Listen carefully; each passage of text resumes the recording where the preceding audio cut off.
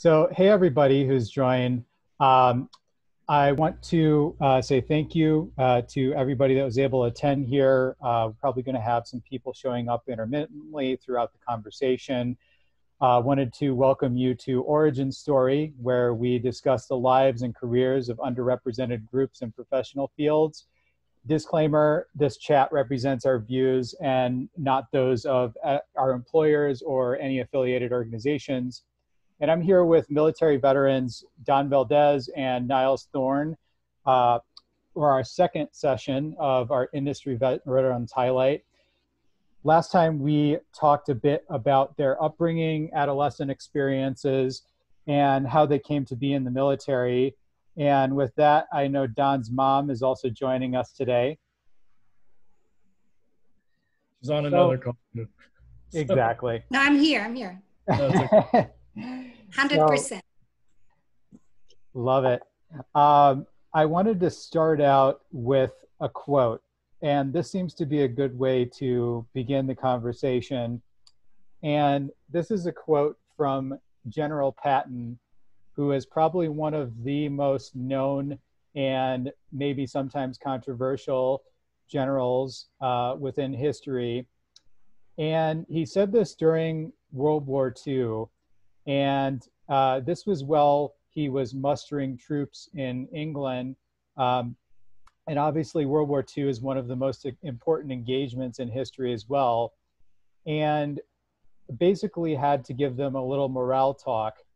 And one of the things that came out of that, he said, the passing of the order is 10% of your duty. Making sure it gets done is the other 90%.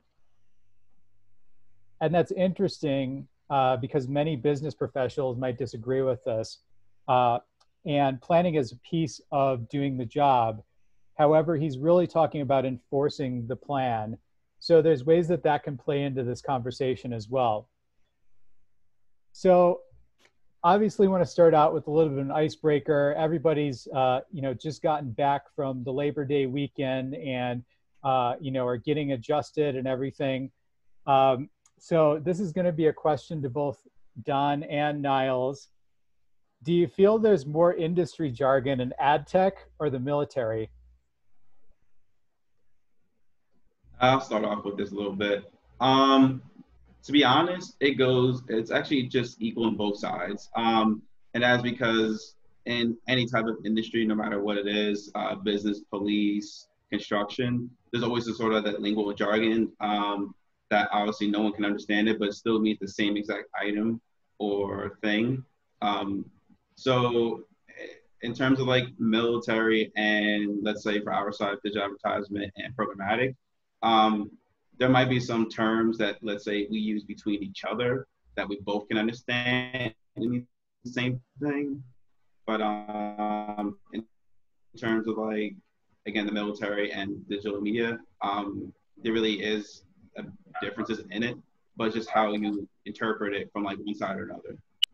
And I think if you, for whatever reason, started a career in media and went over to the military or vice versa, each industry prepares you for the amount of jargon and acronyms available, right? Like, so media, we have a ton of acronyms, and that's the same thing in the military. And you know what's funny is being in the reserves on Friday, right? Like sometimes when you check in, you have to turn off your civilian brain and you got to turn on your military brain. So for instance, like on Friday morning, AOR to me stands for Agency of Record, but by Friday evening, AOR to me stands for Area of Responsibility. So that was some of the difficulties, but I think both industries prepare you for the amount of short form that you need to learn quickly. Those are great answers. Yeah, and I know that Nyles had even mentioned a couple military acronyms, and I'm sure you guys might have to do some explaining as you talk through some of this stuff, but that was just one thing that came to mind that is in relevance to the field that we work in here. And second question, there's a lot of stereotypes out there about military veterans, people working in the military, the lives they lead. Some people are more familiar with that lifestyle, others are not. But one of those main stereotypes, and this is going to be a segue into the next question, was your boot camp instructor like Gunnery Sergeant Hartman in Full Metal Jacket? In some ways, yes, some ways, no. It all depends. We mainly have like 3 different drill instructors, or it might be 4, depending on what platoon or what company you're with. We have what we call your main DI. He's like the one who's over on charge. He's usually like a staff sergeant, gunnery sergeant. He's basically your father for 13 weeks. Yeah. He's basically like the daddy. So basically if you messed up and it got to his level, you really messed up. Then you would have your guy that would be called, the term to this is kill hat. And that would be the guy where he would make your life miserable. Yeah, so when you get woke up at 3 o'clock in the morning because your bed is shaking, or when he would take your weapon and like chuck it somewhere, or tell you to go run quarter mile this way, quarter mile that way, that was him. And then you have kind of like your other DI, which is like your instructor.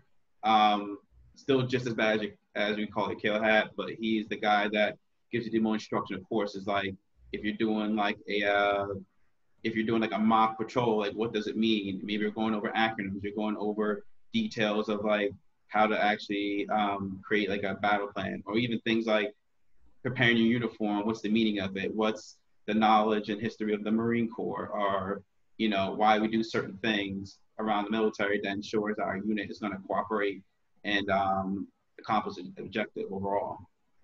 So are there variants of it? So I would say just to sum it all up, yeah, there are, but each of them have a different purpose, and it's to make sure that you're going to be a well-rounded and understanding Marine when you graduate from boot camp and then go on to your specialty school. And the third type of Marine.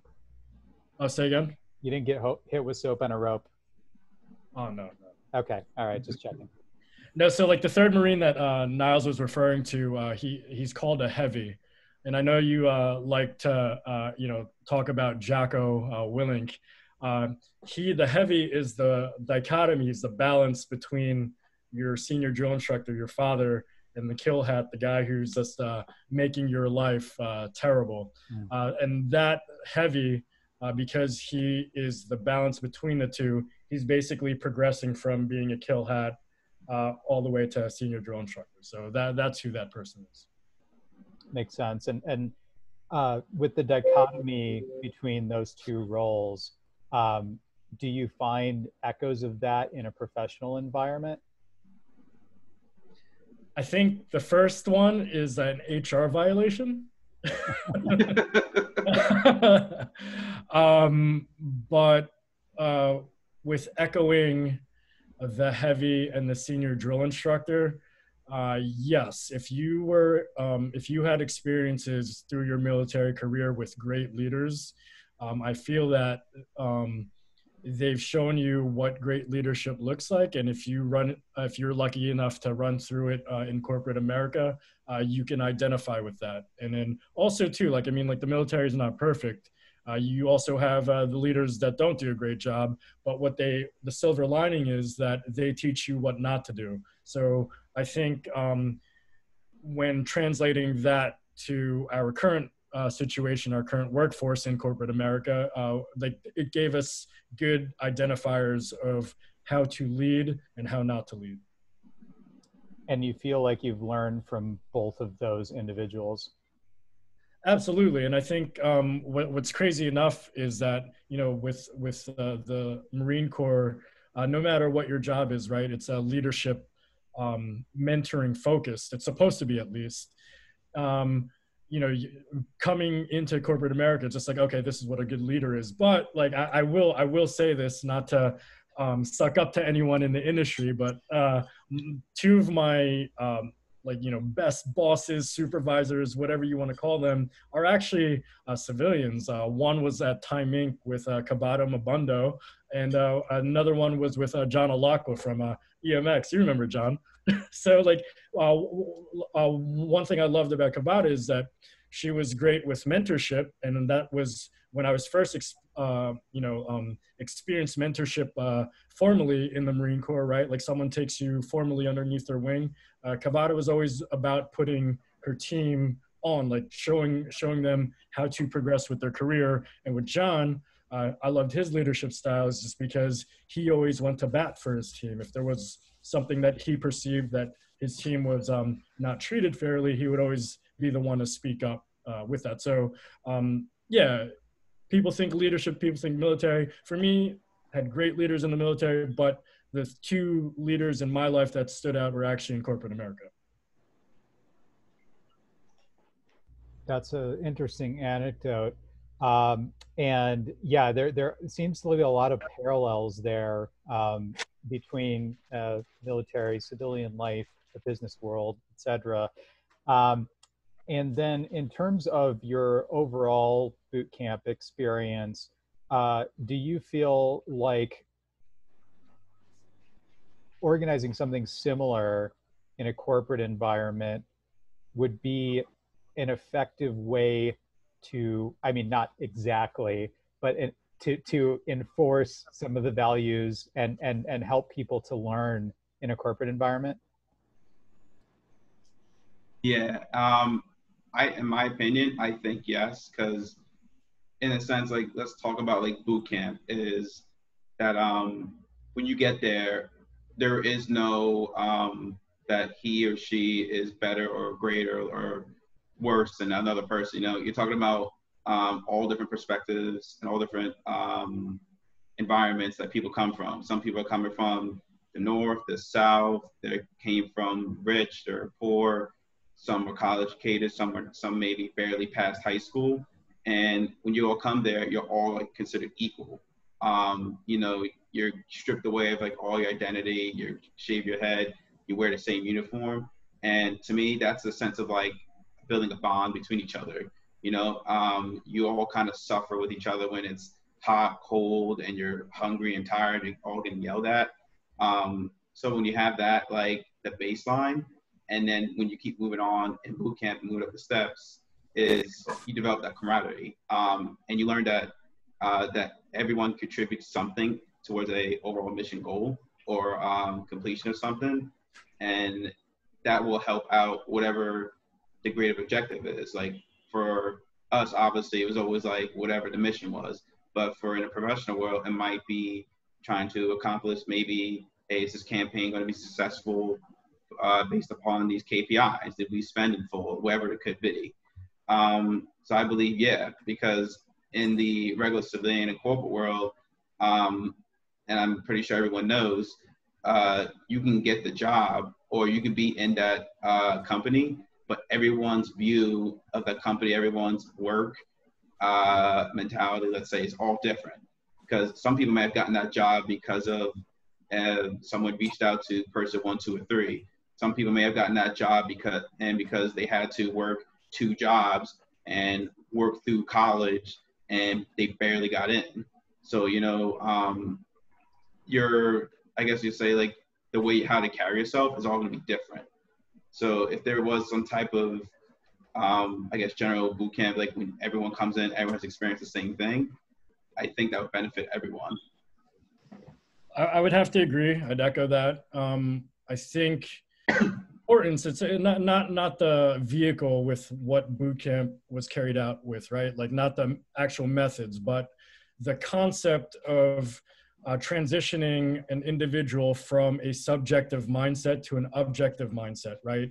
With like, if you have all these individuals, you tell them what needs to be done, but they have their own disparate way of trying to get it done and not doing it cohesively in a teamwork environment, then that's going to cause some problems for the business. That addresses or does not address business continuity, disaster recovery, because if you have different ways of doing it and you don't establish a baseline, like and indoctrination does, then it'll be hard to recover from that. And I think that a lot of the businesses, specifically in our time, during the lockdown and the pandemic, Right. the people, the companies who are resilient are the ones that have the baseline, have established some sort of culture for the individual employees to refer to fall back on, versus just trying to figure it out on their own. Love it. And that's a great answer too. And it is interesting also how there always seems to be this concept talked about of the team mindset within the military. And this is the first time I'm kind of hearing it referred to this way, but the way that you talked about, you come into it, you might lose a bit of your individuality, you shave your head, everybody's in the same boat, you suffer together. That was interesting because it almost brought to mind, like, if you were a monk or a nun, that you devote yourself entirely to the cause that you're committed to, and there's maybe a loss of sense of self, but yeah, it's very interesting how that all comes about. So that in mind, for the overall experience, getting combat orders, getting assigned a unit, going overseas, what was that like? And what was it like knowing that you were going overseas and that was going to be the next step for you, having never done that before? Yeah, with that, I've actually asked that same question myself, obviously years later. And I guess it's like trying to think of the mindset, like when I was that 18, 19-year-old, like just graduated boot camp, SOI, you have a certain mindset, especially at the time when the world was basically in a lot of conflicts. So for me, the realization of even possibly going to war, obviously was even beforehand, before even the unit, and we all experienced it, the events of September 11th. We've seen all the units, all of our friends and family were deploying out. That was realization, and the realization after that was like when you wanted to join and you were going to be a part of them. So I guess my first experience obviously was, to say, like, at School of Infantry, when we were doing actually some of the tactics that some guys who just came back from Iraq and Afghanistan were showing us, and they beat it into our heads that if you did not do this, lives will be lost.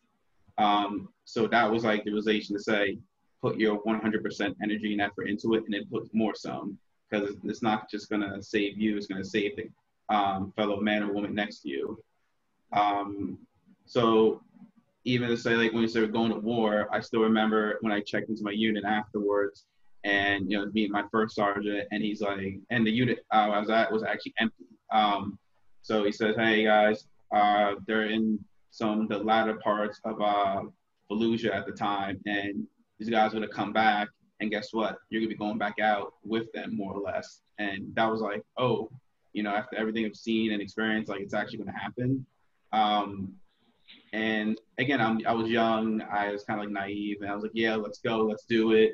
But years later, you think about it, like, some of the worst things could have happened. And, we've all kind of seen it in the news and in the newspapers when some of our some of our heroes have fallen and paid the ultimate sacrifice and have experienced the things of which veterans are now trying to still overcome: PTSD, some very traumatic injuries.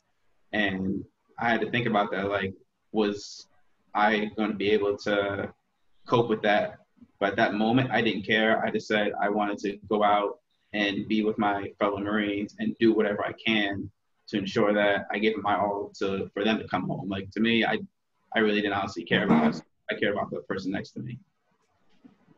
And I think, just thinking about your question, I try to remember what it felt like to think about war before joining the military, right? It's unnatural, it's terrifying. You know, if you didn't like action flicks, the actual concept of war is terrifying. The first time going overseas, you actually have training, you do so many things, conduct so many exercises over and over and over again where you're just like sick of it and you're just ready to go, right? So my first time overseas to go in Iraq, I was still scared, not terrified though, I was scared, but I knew somewhat what to do. I was trained, right? So that was going from a terrified state prior to joining the military, prior to going to Iraq, a little scared, but trained. And then my purview more than a decade ago was, taking care of about 12 junior Marines, right? And then now last year, 2 years ago, with the purview of taking care of about 50 Marines or total personnel, it wasn't complacency. It was a different mindset, whereas the concept of self-preservation couldn't exist. I mean, like, at least I tried to like stuff it down where thinking about Don subjectively, that went all the way down to the bottom of the list to make sure that the 50 guys that were relying on me to make sure that, they got the training or, they got paid on time, and to make sure that the orders we received weren't unnecessary, to make sure that the manner that we conducted operations were efficient. I think it just matters on how many times you went and the type of responsibility that you had as well, right? So it went from terrified, not knowing anything, to a little scared, being a little trained, and now it's just, you're just focused on the mission, like how you were talking about earlier with it's 10% planning and actually supervising what gets done is the meat and potatoes of it. So those are the varying perspectives of going overseas. And then, like, Nyles and I, outside of combat zones, Nyles has been to Mozambique. I've been Norway, the Arctic Circle, and Morocco. And those are different mindsets too. Like, I mean, very relaxed, more of a don't cause an international incident when there doesn't need to be an international incident. Do you mean that maybe like the local troops in those countries are, or that the units in the U.S. military that are stationed there are, or both? Both. No, because, like, I mean, like, at the very basic level, a soldier is a soldier, a marine, a sailor is a sailor. Doesn't matter what country or flag that you have. At the very basic level, like, we're all the same. Makes total sense. Great. So that is also a really good transition to the next question as well. How is your worldview shaped by working with people of all types, backgrounds, nationalities for a collective goal or mission? And this I think plays a lot of relevance into the business world. Yeah, that kind of like a little bit in a sense was coming from how I talked about in boot camp, is you're talking about a melting pot of being like United States. You have people with different nationalities, different thinkings, different economic backgrounds, different educational systems, coming together to accomplish one goal. Even during boot camp, they kind of like get it into like obviously put that away, but at the same time, you still keep a little bit of individuality where all you guys have something to contribute overall. It might be that something could have been done this certain way for who knows how many years or days or whatever, but someone might be like, hey, you know what? I've kind of dealt with this before. Here's a different way of doing it. And it might be easier. Then it's like, hey, okay, let's go. Let's try it out. And that's going to help everyone learn to say there's always more than one way to do something. So, like, to say with that is, I think it's kind of like you experience that in the United States. And when you go overseas, whether it's on a training or going to combat zone of Iraq and or Afghanistan, you get to see the world not only from a U.S. perspective, but then from what their view is. You know, and just being able to actually interact and talk with the local people of different countries. Maybe you get a perspective to say, hey, what do you think of the United States? Or even if they even care, because they might have their own things to deal with on their own side of their country. It's kind of like been able to shape my view to say the world is so much bigger. I think a tendency is, and this is my honesty opinion, that Americans, we view the world from the seats in our house without even stepping to another country and experiencing it themselves. So it lets me know to say, like, everyone is different. There's so many different cultures, so many different things to experience. And you compare that to, like, what is the American way of life to another country. There are some other countries out there that are, obviously, they're great. You know, the first world countries, they have the same shops and businesses that we have here. And there were some places that I've been to where, sad to say, was a story that kept in my head was this girl that was, when I was in Mozambique, she had to have been maybe 6 or 7 years old, if that, and she looked like she weighed maybe 30 pounds. If she was skin and bone, she was hungry, and I remember giving her some of my food, and the smile on her face was like, you can't forget that. And it makes me think, like, wow, you know, like, the people in this country didn't have running water, no, like, sanitation, and they were grateful just for the MRE food that I had. So it puts your mind to say that, you know, you have to be open-minded to everything, and, you know, we need to actually go out and experience it and help one another and help everyone out around the world, you know, contribute something. Yeah, I mean,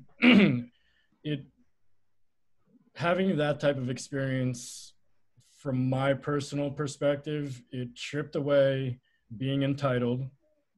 Just because you saw the conditions, like Nyles and I were speaking about this earlier prior to the discussion about, you know, yes, the homeless and the poor situation in the United States is terrible, but going overseas, they don't have those social programs that we do, and it's something that I can't imagine putting myself in. However, you're right, like, with that experience, it's stripped away, it's the entitlement, it develops some sort of empathy with people who are different than me, right? Like, you know, my mom's on this call right now, raised me in the suburbs of central New Jersey, created more empathy with me that with people overseas and people who are different than me, different economic situation than I am in America. And it also helped me develop patience.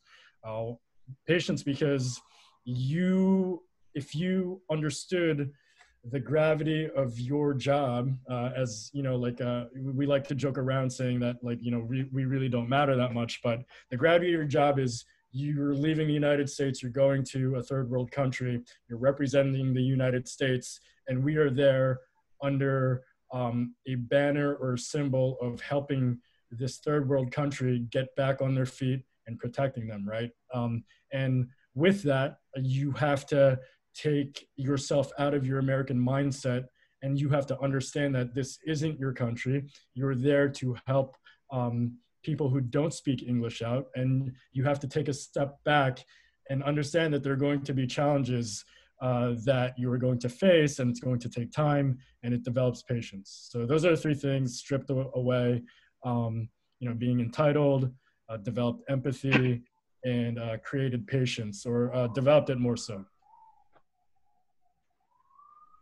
Great story there. And for this next question, how do you apply military lessons and use that to better yourself for the professional world? Yep. Anyone that has me on Instagram, I'm usually up by like 4 o'clock, 4:30. I'm out there getting my run in, trying to work out. Especially, you know, gyms are just starting to open. Before they weren't.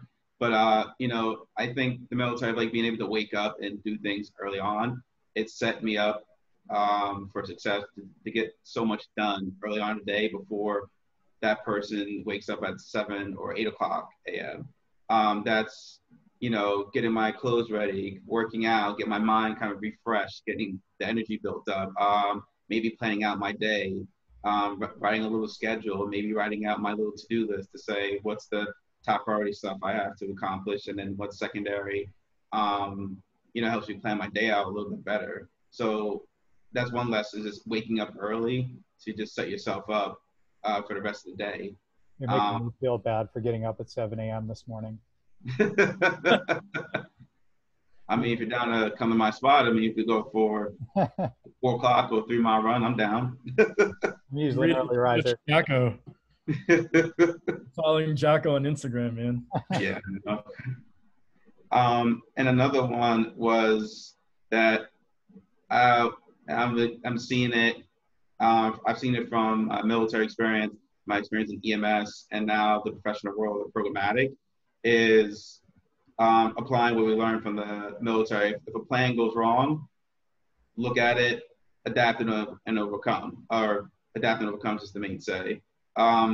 If something, nothing will always go right. You know, you can plan for it, you could rehearse something, you could say this is going to work, we have all the resources aligned, this is going to happen. But then one little thing can mess it all up.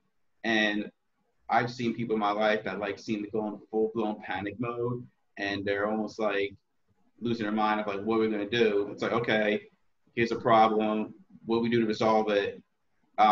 It's a fire, but we're going to, you know, and it's going to, let's say, burn, but how can we smother it and just rebuild?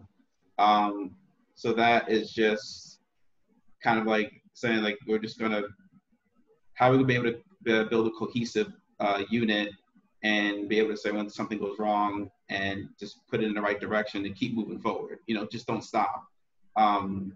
Nothing in life is ever going to be 1, 2, and 3. It might be 1, 2, 3, you end up -5, you know, but as long as you bounce back from it, then that's all that matters.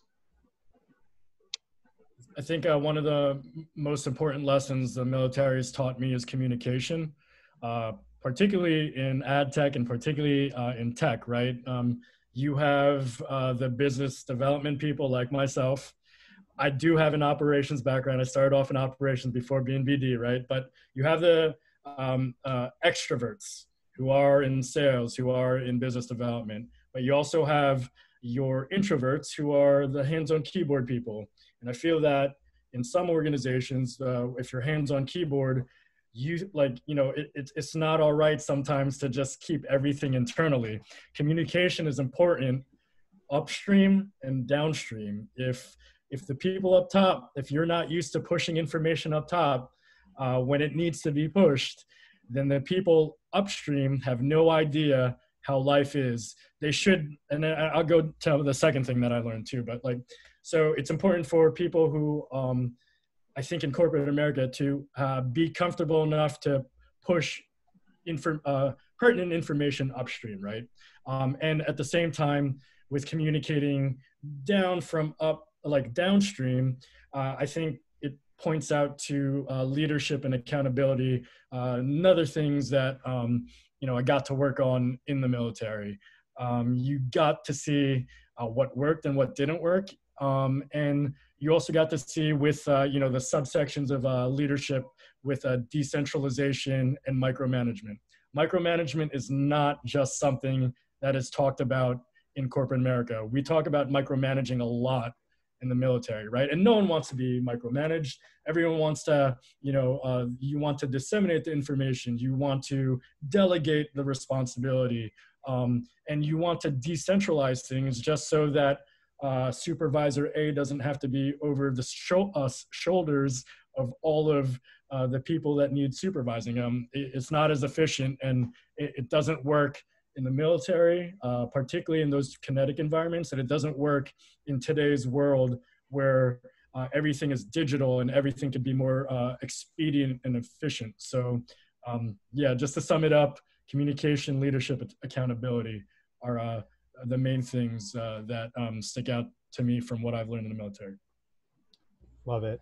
And I'm actually going to scrap my next question here because we got some questions in from Benjamin Ash.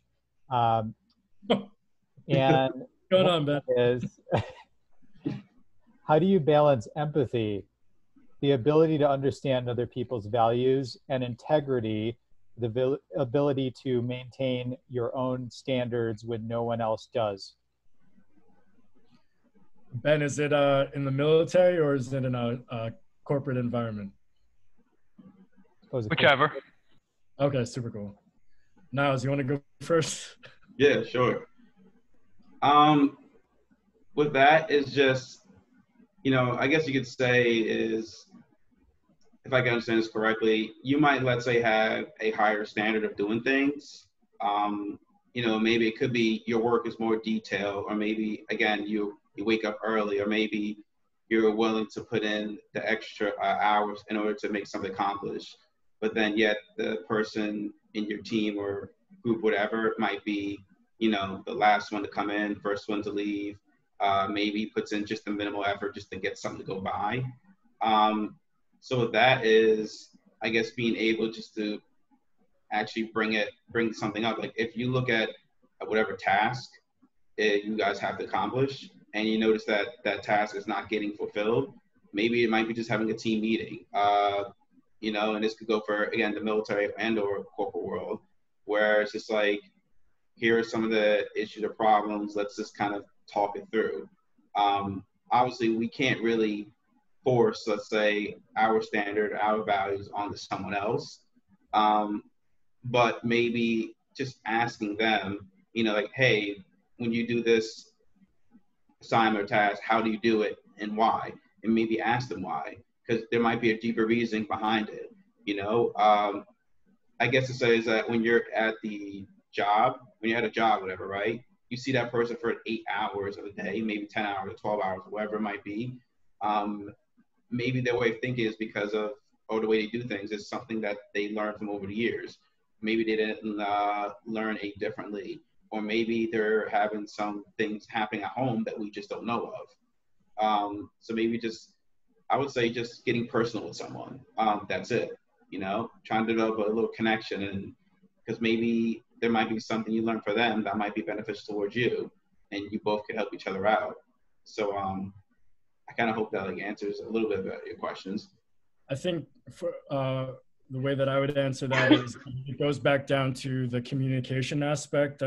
Full disclosure, Ben served with us in Iraq, so it's great to hear his voice and that he stopped by. I think the way that I approached it through the years, and I think my friends and people who've worked with me in the Marines and corporate America know that I don't like it when people just yell just to yell, right? Like empathy and keeping your integrity come with the patience to have the communication. So, for instance, in the military, if a junior person messed up, Lance Corporal and Corporal Valdez probably would have did something very crazy.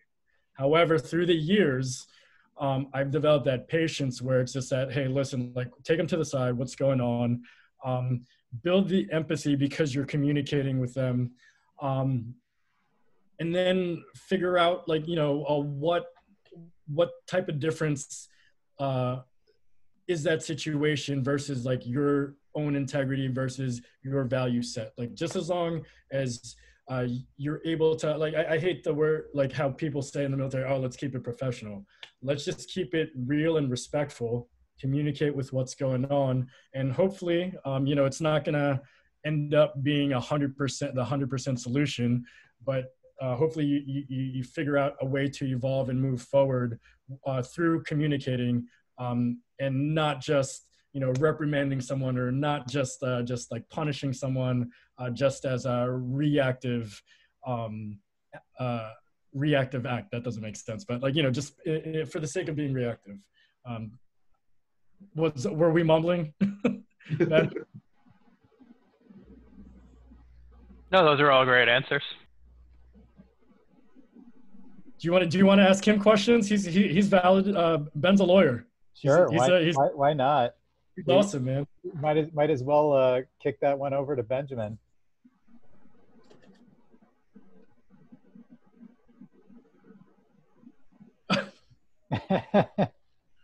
That beard, man. I haven't seen you since. Wow, it's actually been. Wow, it's been. Yes, it's a bit clean shaven. I mean, I think that this question was a loaded question, not because I was trying to trap anybody, but I think it's an issue that comes up in the military and in the startup community. So I do a lot of employment law, so I'm not in a startup, but I work with a lot of startups, and I think it's important for people to have kind of realize what's their standard and what's the standard they expect from everybody. I mean, to use the most drastic example from the military, we all saw things overseas which was acceptable in local culture, but it's not acceptable in our culture. And you have to ask yourself, is this a fight worth having? So like one that was less complicated was drug use. When we were in Iraq, there were times when we came across people who were clearly drug manufacturers. We're not the police there. We don't set the standards. But obviously violence and violence against children, we don't accept. And I think, that's obviously one aspect of it. But it comes up in the kind of the startup community too, where people there's an atmosphere of relaxed and there's an atmosphere of, people don't take something seriously. And maybe it's a little bit more grab-assy than you'd find in kind of a corporate environment. And I think leaders have to decide what are they willing to accept and what is kind of a no-go zone. And then you have to have a conversation with that person saying like, hey, this is not who we are. And I think you need to be very judicious in when you do that. And you don't want to exclude people who aren't like you unless it's kind of an objective standard. No, that totally makes sense. And that point goes back to the indoctrination, right? Like when the boot camp question is that at the start, we need to establish a baseline, no matter whether it's like the military or, I love how you look, man. I miss you so much. Whether like establish the baseline, establish the way the culture is going to be in the military, like, once you first get to a team or a squad or platoon, and in the startup community, just like how you said, how relaxed is relaxed, you definitely have to delineate boundaries. Yeah, I was actually going to add on some more stuff, but I know before there's another question that we might get asked is I'll probably let you ask it, and I could actually answer Ben's question along with. Let Adam ask it. Yeah, so I'll let you. Question. He's the question asker. I don't need to be an official question asker. What's the question?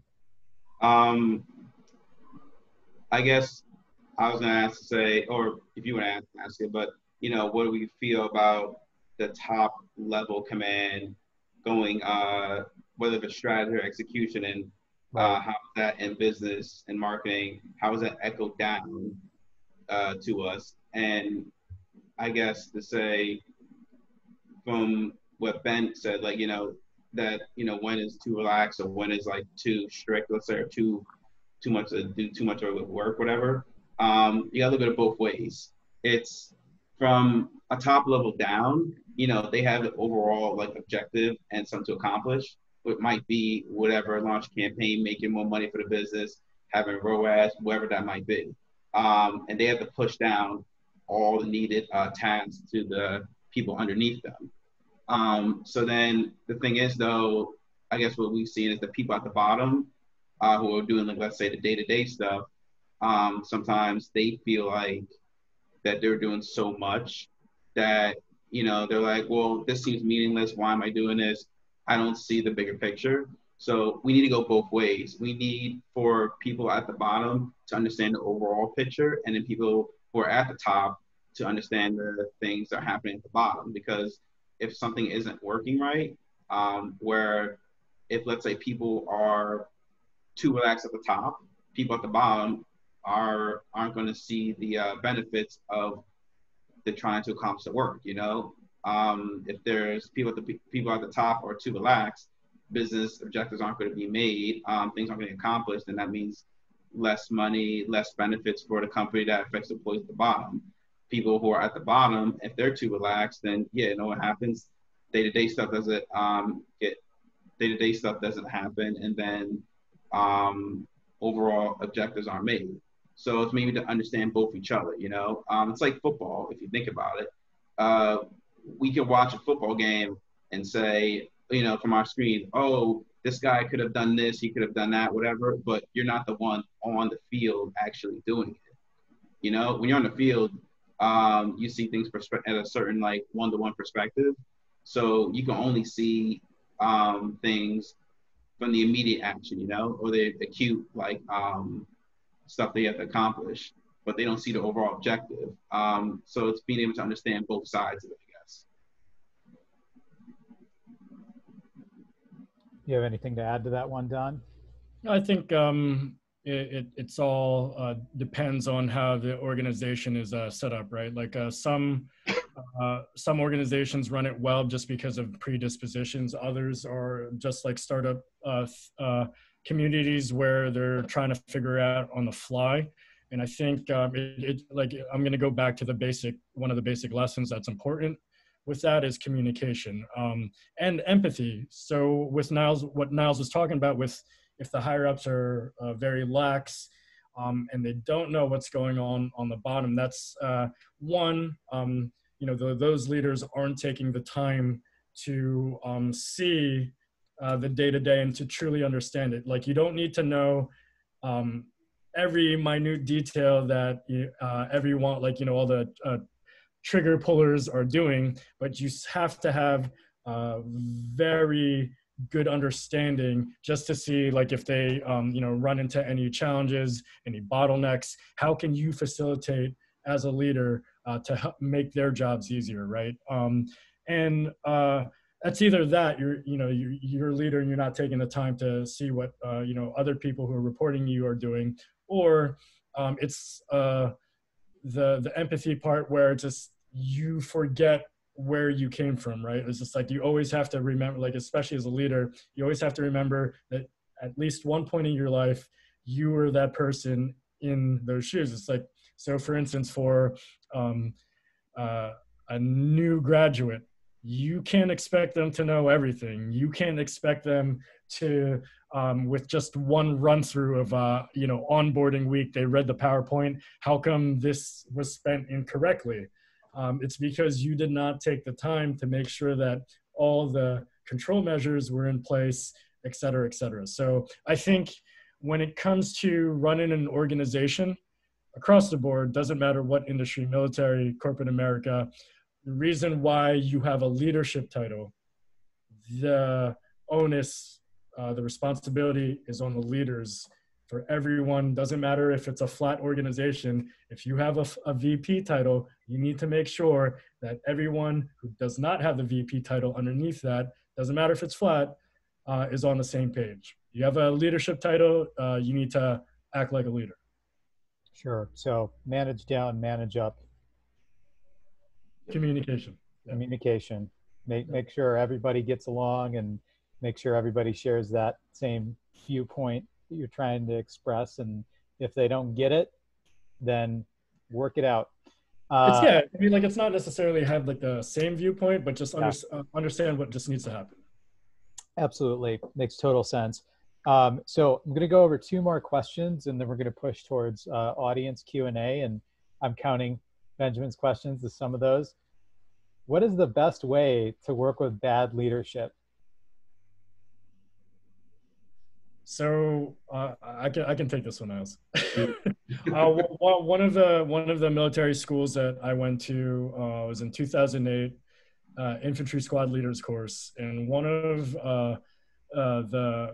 the weeks we spent on was interacting with your second lieutenant. All that means is that you know, like the way that the military is structured is that someone straight out of college, right, who ends up joining the military, if they become a commissioned officer, you are in charge, at least in a combat arms environment, you are in charge of at least 39 personnel, at least in an infantry background, right?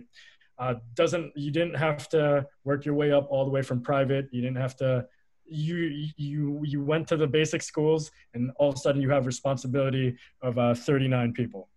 And that doesn't necessarily make you bad.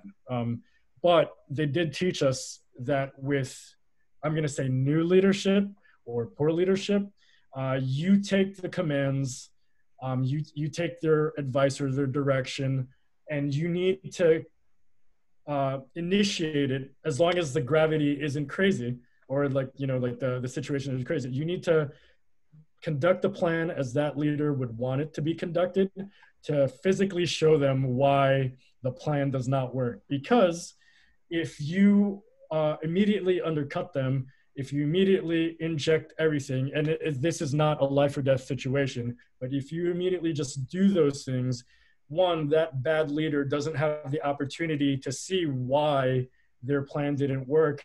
And two, it's going to turn into something emotional, not professional. So I think from a business standpoint, as long as a lot of dollars aren't on the line, and it's just a simple project, you do have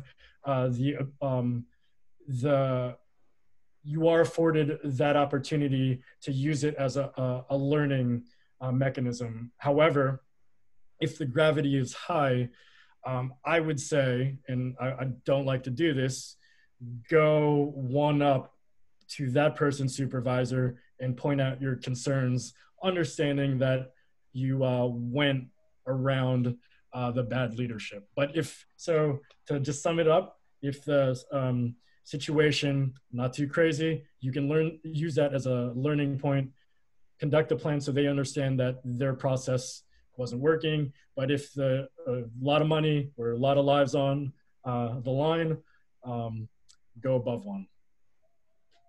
Yeah, it sounds like there's a lot of stuff that's shared there that I've seen as professional advice and other forms. And, you know, there are some shared concepts there, such as if you let your ego dominate, you're not necessarily going to be a good leader. You have to listen to feedback from your constituents, whether they be, you know, stakeholders that you're working with, your allies, you know, anybody that's working underneath you, anybody that's working above you, that it's all one big system and you're a part of it. And you need to make sure that you play your part and that you continue that feedback cycle.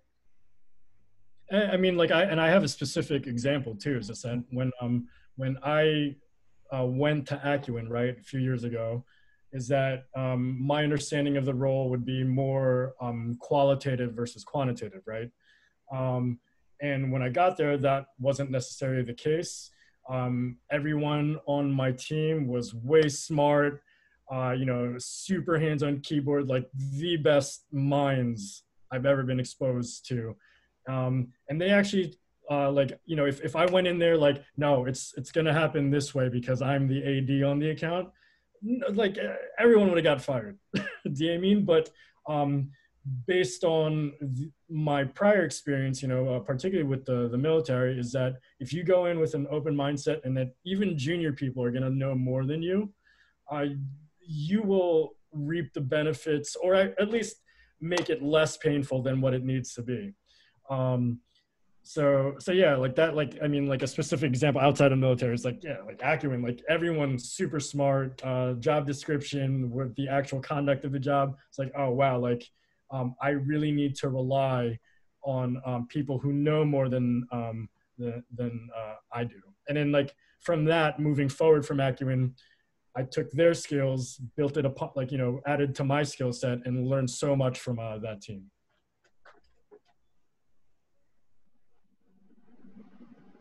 Those are really great points. And yeah, I feel like there's quite a lot of ways it could go, but there seems to be a lot of those concepts that are universal. And it's interesting to know that they're echoed in the military as well, to that standpoint. So question that I didn't have on the roster here. My cousin Samantha was just deployed to Afghanistan with the Army. What advice would you give her based on your experience with leadership, self-discipline, and personal relationships, being that she's going to be on this deployment for a while? I think from my standpoint is that when she's over there, figure out how the job's going to go, right? Don't be overwhelmed by it. Take it day by day. And once you figure out what your schedule is or what your job is, that's when you start incorporating the secondary task or your personal endeavors, right? Just make sure you do your job, figure out what you need to do, and make sure you do it correctly. And then once you've established that baseline, then it's time to worry about what's going on at home, or do additional stuff like a workout, et cetera, et cetera. But time will move on back here, but that shouldn't be her focus, what's going on in the US. Just tell her to focus on what her job is over there. Yep, and even just to add on a little bit of that is, especially if you're going overseas for the first time, or even second or third or fourth or fifth time, whatever it might be, obviously you're kind of like, let's say, taught a certain way how to do something back in the United States. That's kind of like, it is textbook, and then it's also incorporating some stuff that was done from previous experiences. But when you get over there, you want to kind of listen to like what's changed. There's probably certain things, there's certain things being done over there on a base, whatever, because there's maybe feedback from people that have been experiencing it for the last 6 months, and you have literally up to date of what, how things are happening or how things are going on. So it's incorporating a little bit of both sides and seeing what works. And obviously it's like, if you do something 2 or 3 times, it's not working. Like, okay, maybe you got to change it up a little bit. What's the way how to do that? And again, with what Don was mentioning about relationships, there's 2 ways with that. You want to have that relationship, which you really do, with your fellow man or woman serving, because you guys have been through it all together. So they literally become like family to you, especially when you get back home and you go into your regular civilian, you're going to contact them probably just as much, or if not more, than the person who's civilian. So you would develop a personal relationship with your fellow person that helped defend your area, whatever it might be. And also relationships back at home, you kind of want to have that maybe conversation before you deploy out, obviously, things are going to be different. There's going to be time separation, get an understanding. Obviously, to communicate between one another might be difficult and hard, but, just try to say, we're both going to get through this, whether if it's family or your spouse, whatever, you're going to get through this. Things are going to work out, and just look towards the future. And what Don also was mentioning, if you concentrate on your job and whatever you have to do, that means you're putting in the effort with 100%. The person next to you is also putting in effort towards that goal or mission statement. Everything's going to be fine, and you're just going to make it through. So then when things are difficult, you do run into let's say a bad scenario, bad situation, you kind of have that relationship with everyone back at home, back at your battle buddy, that is, everything's gonna get taken care of, everything's gonna be okay. Yeah, this is my little say on that. Yeah, it's great that there's so many human things that come out of that. And I think that's something that maybe people that have served in the military know, but the general public isn't maybe as in touch with the kind of human qualities or empathy that comes out of that experience, and how humbling it is. So that's a really great place to close it out. And I'm going to push over to the audience for any questions here. Otherwise, I can just take more Benjamins. All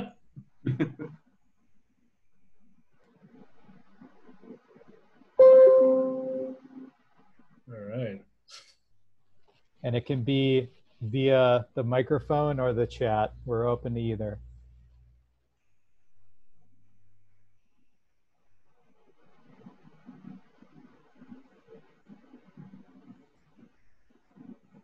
Okay, I'm going to take one more Benjamins. What can the military learn from the corporate world about diversity and inclusion, and vice versa, which I'd imagine would be what can people who served in the military learn about diversity and inclusion?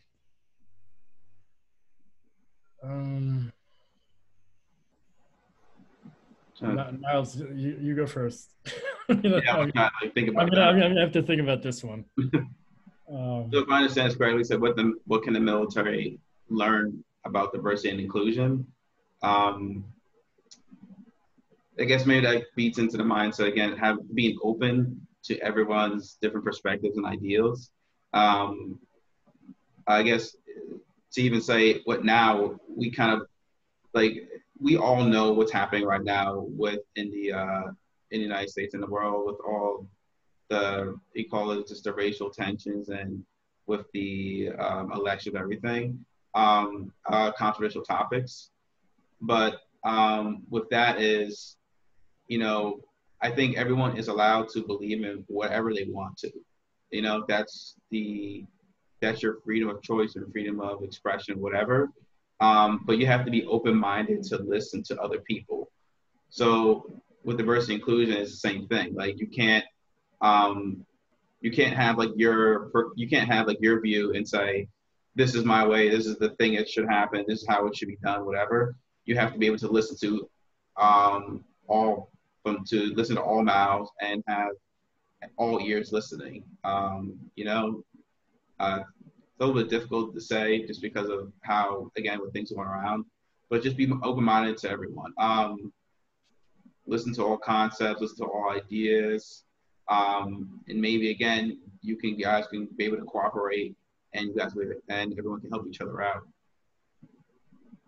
I think the way that the corporate America can learn from the military with regards to diversity and inclusion is that in the military, there are various backgrounds, various viewpoints, various economic situations, right? But they come together as a team, and the successful units figure out a way to make it work.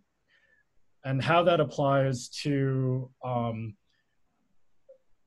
corporate America is that I feel that sometimes at home, we operate in an echo chamber where we see different viewpoints as attacks, even if the expressed viewpoints are stated respectfully, right? And I'm not talking about just politics. I'm just talking about like just trying to solve a problem for a client.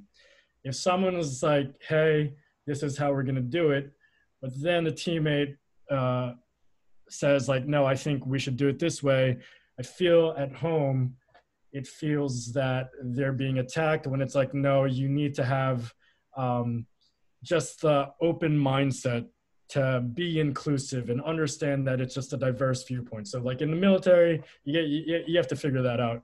You have, people from, New Jersey and New York, different backgrounds, et cetera, et cetera. That's like not a very drastic example, but they figure out a way to make it out. And so like, what I'm saying is opposing views in corporate America, it's not always a bad thing.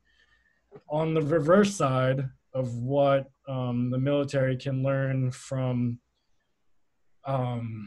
corporate America is, I suppose, giving, with regards to diversity and inclusion, is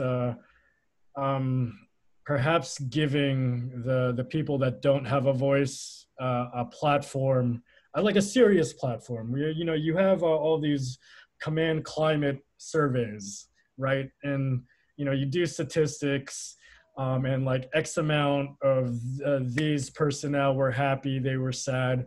But like, through 15 years of command climate surveys, perhaps on a larger scale, right? Like there was some implementation. I think it's just better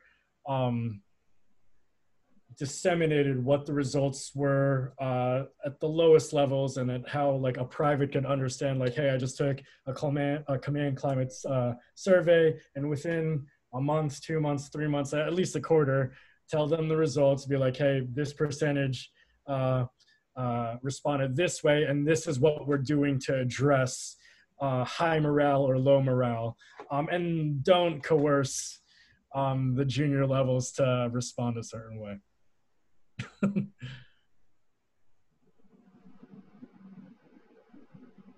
Anything else to add to that? All right. Okay, so maybe we'll do one more here. And I mean, Benjamin's just come up with some really great questions here. What did you have to unlearn in the corporate world? Dipping in public? No, seriously, like there are some military personnel who, like, you know, they get a corporate job and they're like spitting in their cans at their desk. That's a no-go. So don't do tobacco at your desk. In the more serious concepts, I think, you know, it's great having the level of respect that exist within the military, but sometimes that like ultra level of respect prevents a private from telling a staff sergeant that something is not running the way that it needs to be, right? So having us the courage to tactfully explain why it's not working for you, like, and having just remember communicating correctly, but unlearning the, oh, I have to fear and run away from everyone with a super high title. Like, you can get away from that, and just as long as you, you know, conduct yourself in a very tactful, respectful manner, be courageous, and explain what's going on. Yep. And again, just hitting on a little bit of that is, like, obviously the military has a lot of great benefits. Like, again, I was talking about how you wake up early. We always try to be, we always try to be professional no matter where we are. Getting things, preparation, trying to be detailed as possible. But some things we kind of have to unlearn is how you carry yourself. I guess, like, the military, and also even, like, and it's not to bash or anything, but the first responder service, like whether it's EMS, police, and firefighters, we have like a certain, like, kind of almost like lingo that we always talk and how we act. And even sometimes we are a little bit too aggressive. And that's probably one of the bad stereotypes that the military, that civilians view the military, like, oh, they're too aggressive, they're going to be angry all the time, whatever. Does that happen? Yes, I will admit that. But also, we've seen regular civilian people who get angry because something doesn't go exactly their way at the office or something. So that has to get lost. You want to be, like, again, kind and courteous no matter what. Even if some things make you upset or angry, take 2 seconds and just say, you know, relax. You know, you tell yourself that. It's a, yeah, and what Don said is just also not spitting in a can, you know, or chewing tobacco or something. Also, another big point, which I guess I've seen, and I know I was doing it too myself, going from the military into the EMS world, vulgar language. Do you use it around the office now and again? Yes, we'll admit that. But, you know, the military also has been stereotyped to use that constantly, like, no matter what. Like, every single other word is a curse word. You don't really need to do that, especially when in the civilian world, you're around people who don't curse that much. You might be someone who's very religious, or you're around kids, you know. Just try to think to be a professional person 24/7. I guess that's, maybe it's my little spiel on that. Oh, it's funny you say that, and you know, part of that Patton quote discussed earlier, John G. Willink brought it up on his show, and he said Patton had a really bad problem with cursing, and that basically every speech that he's put out to the media that's recorded in historical archives contains a pretty ridiculous amount of profanity. And yeah, so maybe that's one thing that doesn't carry into the corporate world. But also it's interesting to bring this full circle that there is so many components that seem to come from you know, what you learn in the military and how you can apply that in you know, a corporate setting. And I think, you know, Echelon Front is one of those. And, you know, maybe there's more programs like this that come out you know, that are they're helping give a boost up, and also, you know, that there are things that can be learned from veterans to you know, a larger professional environment, and you know, how that knowledge can be applied. So that's going to be a really interesting concept moving forward. So this is probably a pretty good place to wrap it up. I want to thank everybody who's joined today, and we are going to be circulating a recording of this. And we are going to be doing a third session as well. That's TBA currently, but hopefully, you know, within the next month and in that margin. And then we're also planning a little panel with Nyles, and you know, there's probably going to be some involvement from Matterkind as well for that. So stay tuned for that as well. Yeah, kind of a little bit very excited for that. So can't wait for that to happen. Thanks for putting this on, guys. I know I joined really, really late. And I wanted to check out your first session. I didn't get the chance. Always conflicts with work, but I look forward to the third session. Super cool. Awesome. Thanks, everyone. Thank you. Thank you very much. All right, take it easy, everyone. Have a great weekend. You Great too. job, Adam, Don, and Nyles. Thank you. Good job. Thank you for those Thank you very much. Thank you. Take care.